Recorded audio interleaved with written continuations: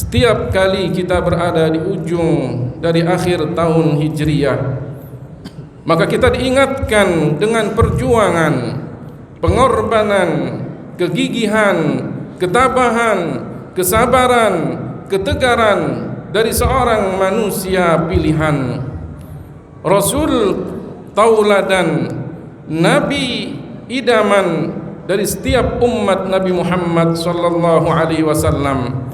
Beliau tak lain dan tak bukan adalah baginda kita Nabi Muhammad sallallahu alaihi wasallam. Orang yang mulia, karena kemuliaannya kita menjadi umat yang paling mulia. Orang yang mulia yang kita rindukan kelak bisa berkumpul dengannya di dalam firdaus surga Allah Subhanahu wa taala. Rasulullah sallallahu alaihi wasallam bukanlah seorang penakut. Rasulullah sallallahu alaihi wasallam bukanlah seorang pengecut. Rasulullah sallallahu alaihi wasallam bukanlah orang yang gagal dalam berdakwah di Makkah. Tapi Rasulullah sallallahu alaihi wasallam ketika beliau hijrah dari Makkah menuju Madinah adalah karena diperintahkan oleh Allah Subhanahu wa taala. Beliau sendiri yang mengatakan di dalam sebuah sabdanya, umirtu biqaryatin ta'kulul qura yaquluna Yathrib wa hiyal Madinah. Saya diperintahkan hijrah dari satu tempat yang tempat itu kemudian akan memangsa, darinya akan tersebar dakwah Islam ke tempat-tempat yang lainnya.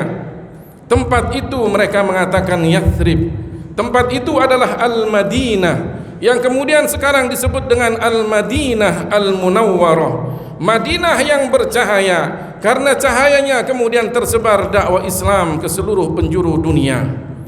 Rasulullah sallallahu alaihi wasallam adalah orang yang pemberani. Ketika beliau berada di Makkah, beliau sendirian kemudian mengatakan kepada orang-orang kafir Quraisy yang mereka datang dari seluruh penjuru untuk datang di musim haji.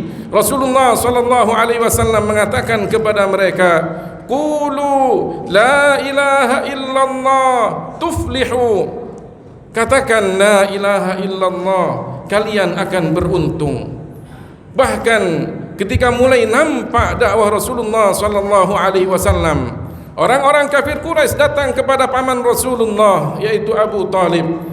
Mereka menawarkan jabatan, mereka menawarkan tahta, mereka menawarkan harta.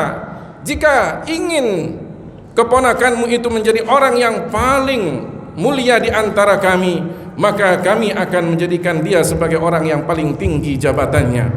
Jika memang dia ingin harta, maka kita kumpulkan harta di antara kami dan kita berikan kepada dia agar dia menjadi orang yang paling kaya di antara kita. Itulah yang dikatakan oleh orang-orang kafir Quraisy kepada Abu Talib. Maka kemudian disampaikanlah kepada Rasulullah sallallahu alaihi wasallam jawaban tegas Rasulullah, jawaban seorang pemberani, jawaban seorang pemimpin. Beliau mengatakan, wallahi ya ammu law wada'u asy-syamsa fi yamini wal qamara fi yasari ala an atruka hadzal amr ma taraktuhu hatta yudhhirahu Allah au ahlika dunahu. Demi Allah wahai paman, seandainya mereka bisa meletakkan matahari di tangan kananku dan meletakkan bulan di tangan kiriku agar aku meninggalkan perkara ini, maka tidak akan pernah aku tinggalkan sampai Allah menunjukkan kebenaran dan keberhasilan dakwah ini atau aku meninggal dunia karenanya. Ma'asyiral muslimin, jamaah salat Jumat yang dimuliakan dan diberkati oleh Allah Subhanahu wa taala.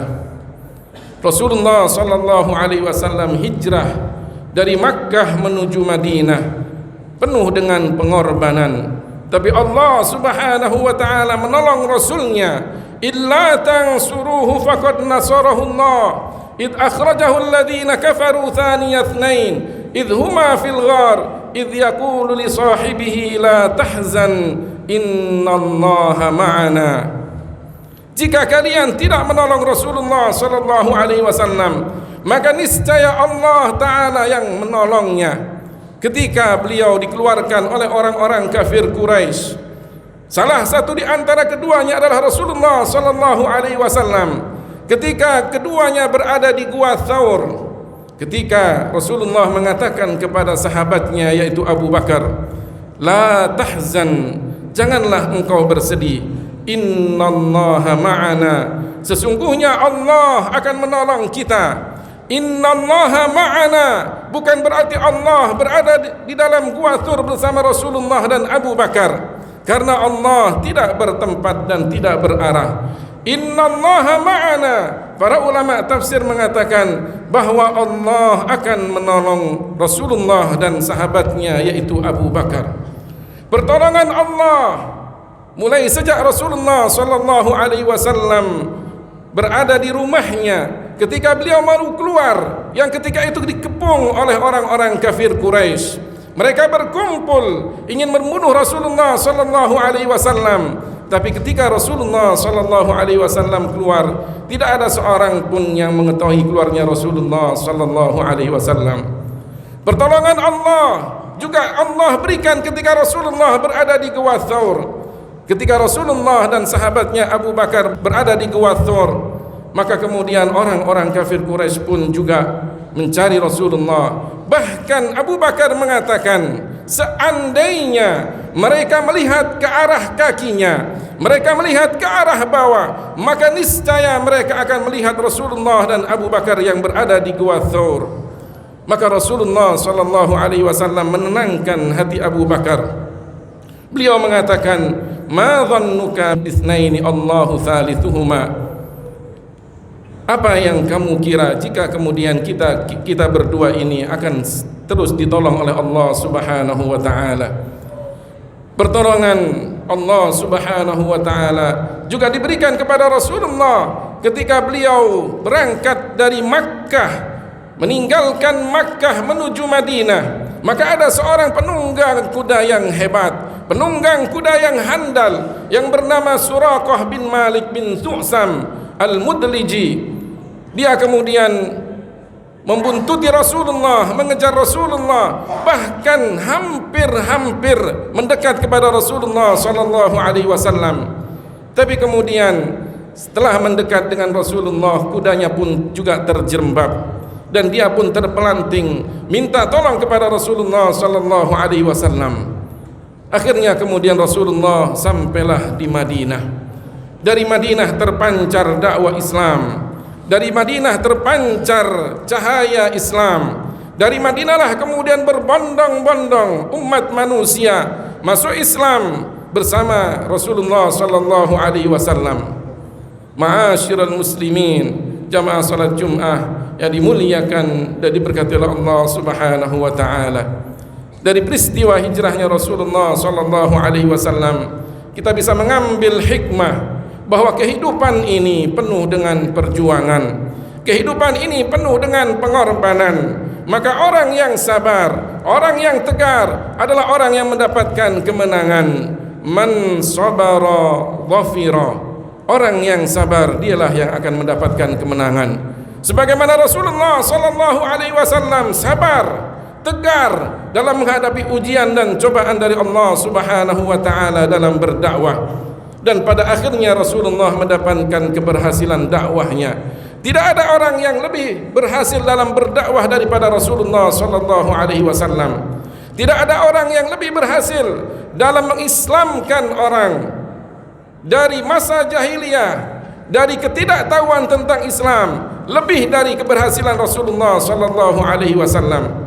Karenanya kemudian kita menjadikan beliau sebagai suri tauladan kita, uswah hasanah kita di dalam berdakwah, di dalam bermasyarakat, bahwa hidup penuh dengan ujian dan cobaan, hidup penuh dengan rintangan. Orang yang sabarlah orang yang akan mendapatkan kemenangan. Karenanya kemudian kita berharap kepada Allah Subhanahu wa taala agar kita senantiasa menjadikan Rasulullah sallallahu alaihi wasallam sebagai uswah hasanah kita, suri tauladan kita. Kita lakukan ajaran Rasulullah sallallahu alaihi wasallam, kita laksanakan syariat Rasulullah sallallahu alaihi wasallam, dengan harapan kelak kita bisa dikumpulkan oleh Allah dengan orang yang kita cintai, orang yang sangat kita rindukan, baginda kita Nabi besar Muhammad sallallahu alaihi wasallam. Amin ya rabbal alamin.